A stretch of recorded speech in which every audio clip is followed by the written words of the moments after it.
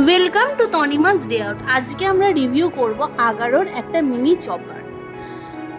এই চপারটা আমি ফ্লিপকার্ট থেকে কিনেছি। প্রথমে পেঁয়াজের বাইরের খোসাগুলো ছাড়িয়ে দু আধখানা করেই তোমরা এই চপারের মধ্যে দিয়ে দিতে পারো। খুব ভালো করে চপ হয়, একদম কুটি কুটি হয়ে যায়।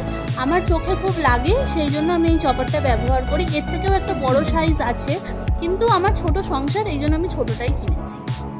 খুবই ভালো। একদিন চার্জ দিলে মোটামুটি আমার 3 সপ্তাহ 4 সপ্তাহ তো চলেই যায়, চার্জ দিতে হয় না। আর এর সঙ্গে একটা চার্জারও রয়েছে, সেটা যে কোনো তোমরা এর সঙ্গে লাগিয়ে দিতে পারো।